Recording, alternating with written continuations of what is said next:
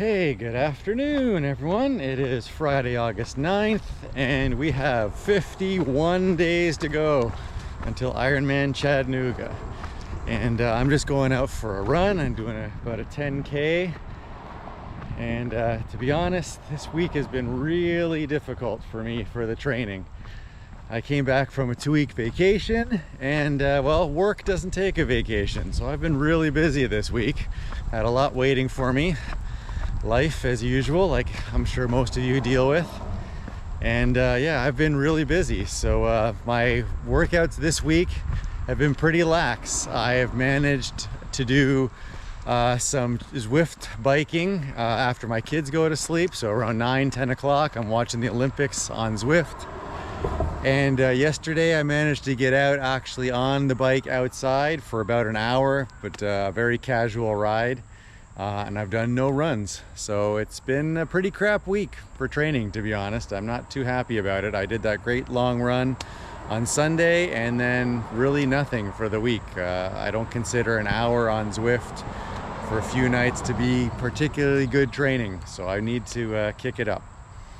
So I'm going on a run right now, and this is gonna be a nice different run, and I'll take you along with me once I get to something interesting to look at. So I'm gonna get going. All right, see you in a bit. Okay, I'm just over 2K into my run. I decided I needed to mix things up a little bit, so I'm gonna do a little bit of trail running today. Trail running definitely has its advantages and disadvantages. The first advantage is that it forces me to run slower. Okay? Keeps my heart rate down. I guess you could consider this a zone 2 run when I trail run. The disadvantage that I worry about is, well, twisting an ankle. Right? We're 51 days out, and the last thing I want to do is twist an ankle, so I'm going to take it extra cautious. And here's where I am. We have a nice covered bridge where I live. Stop for just a moment. This nice view of a Vickery Creek. Come here with the kids and the dog all the time on weekends to walk the dog and to walk the kids. They need exercise too, right? So, nice thing about this part of the trail along the Chattahoochee River here is, whew, gotta climb all these stairs. All right, yeah, it's a nice little workout. Start the trail. So, yeah, so I get up here and then it flattens out a little bit, but I do have to watch for tree roots and all that stuff. Yeah, no one wants to get injured right before the race, right? So we're gonna take it easy. Okay, for the most part the trail doesn't look like this, but it does have its sections that you gotta be careful about. So depends if you're running up or down like this. A lot of tree roots. Gotta be cautious. All right, I'm gonna get to it and I'll talk more later. All right, about 3 kilometers into my run now. Really enjoying the trail running. I need to do a little bit more of this, but do have to take it cautious. I am a little bit paranoid about injury. I do not want to get injured. So take it nice and slow.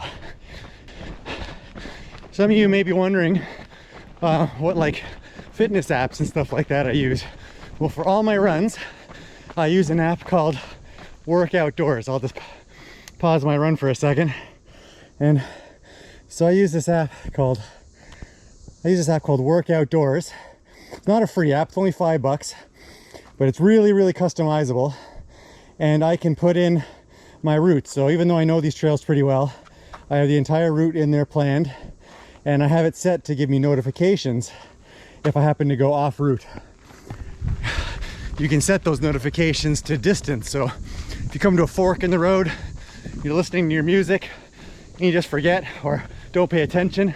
If I go off on the wrong fork, it's pretty short, within about maybe 20 meters, so that'll be about 50 feet. If I go 50 feet in the wrong direction, I get a notification saying that I'm off route. And then if I turn around and get back on the route, I get a notification in my headphones that says en route. So it comes in real handy for stuff like this. Even though anywhere I turn, I know where I am, but I have a predetermined route and I kind of want to stick to it today. So that's the app that I use for all my runs, not just for trail runs. So it's called Work Outdoors. Like I said, I'm not sponsored. I don't promote it. You gotta just say all this stuff. It's just what I happen to use. All right, $5, one-time fee. It's a really, really killer app. All right, okay. I could be a little bit cautious here. A few little drops. This is where you could come down and really twist something. So don't want that. All right, back to a nice little trail stair climb. Little hops. This is good for the legs. Up and up we go. All right. Yeah, definitely some added benefits to trail running as long as you're safe. Definitely will work different muscles in your legs. I find it really good for the mind too. Concentration. I'm literally almost like picking each step sometimes, you know, exactly where I want my feet to land. So, hey, all right. So since I was talking about the app that I use, I thought I would talk a little bit about the watch that I use. If you've seen my videos, I'm sure it hasn't been hard to figure out that I use the Apple Watch Ultra. This is the first version. I decided not to upgrade to the second version. We'll see what happens with the third version when it comes out in the fall, but we'll see. But I use this because I do have cellular on it and I don't run with my phone unless I'm videoing, but I'm doing the GoPro today. So I like it because obviously if I need to, I can call home in an emergency. I did have a time last year where I went out for a really long run. I was fully prepared, had everything I needed, and I just bonked. So I called the wife and said, come pick me up. So it has definitely saved me. So in regards to using an Apple Watch or an Apple Watch Ultra for Ironman, I've used this for 2 half Ironmans out of the 4 I've done. They didn't exist for my first 2 half Ironmans. I do not use it for the triathlon feature. I know that Apple Watch iOS has a triathlon feature. I actually just use it to track my swim, and then after the swim's done, I shut that down, and then I have my bike computer, my Garmin Edge 530, that I use to track the bike. And then when I get off the bike, I just start up the Work Outdoors app for the run, and that's how I track all my races. So whether or not you're wondering about battery life, if you're only using it for those 2 things, then you really have nothing to worry about. If I was going to use the watch for a full Ironman from start to finish, including the bike, I'd probably have to put it into like low power mode and hope that it survived. It should. I mean, I'm hoping to finish the Ironman in at most 13 hours. I think I'll do better than that, but 13 hours around there, because you never know what's going to happen with your first Ironman. And I really do just want to finish. Of course, I make expectations for myself, and my fastest 70.3 time was the last one, Chattanooga, and I did that in 5 hours and 24 minutes. So I know that I just can't double that and think I'm going to finish an Ironman in 11 hours. But if everything goes well, I still think anywhere between 12 and 13 is definitely doable, adding about an hour to my total time. I think lower towards 12 is probably more reasonable if everything goes well.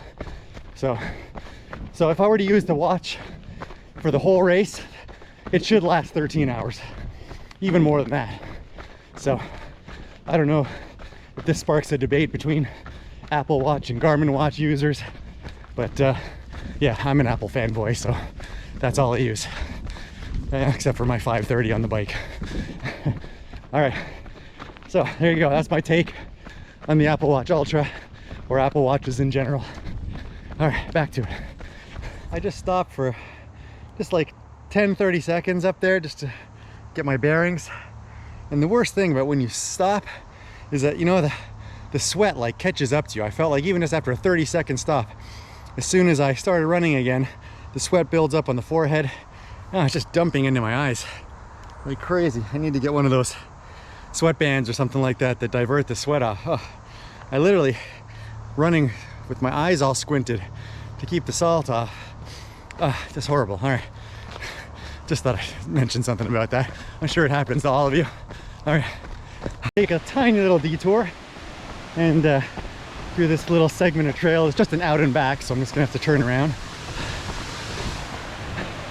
But it comes up to this really, really nice waterfall that we have here in Roswell.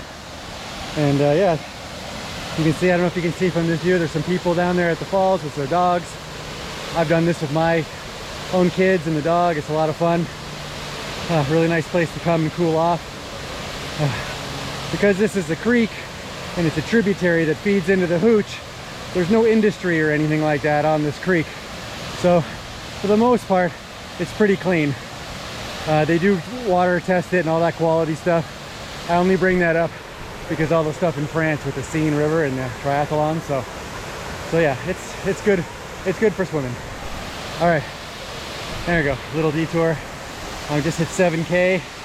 Now all the miles or all the kilometers will be back home. All right, this has been a great little run so far. I'm gonna have to do this again.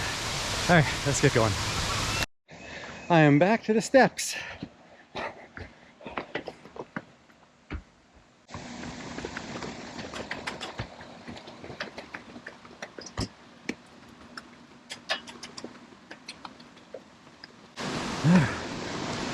There we go.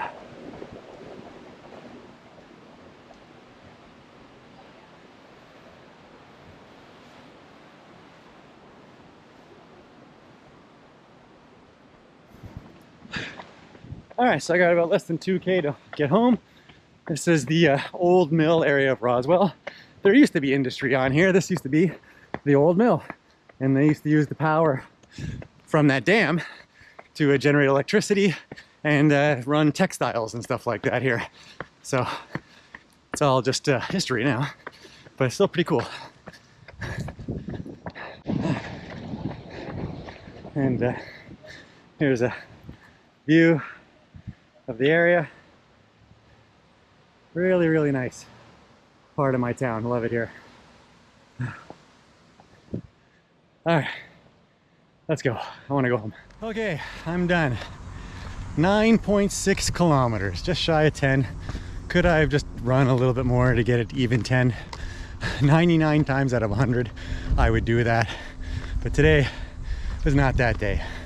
I can leave the little bit on the table and do a little under 10K. All right, well, let's look at some stats. 9.6 kilometers in 58 minutes, 53 seconds. Average pace, 6 minutes, 5 seconds. That's just perfect. Average heart rate though, pretty high, 162, even though I'm running slower. The trail definitely has something to do with that. The elevation and this heat. Oh my God. I don't know how hot it is. It's definitely in the 90s. I'm gonna check if it's even right around 100. It's been a long time since I've run in this heat, so I need to do it a little bit more. Yeah. Running at 6 a.m. is still hot, but nothing compared to midday. So definitely expect a few more midday runs between now and the Ironman. All right, thanks for following me along on this journey, on this trail run, and I will see you next time. Good luck in your training.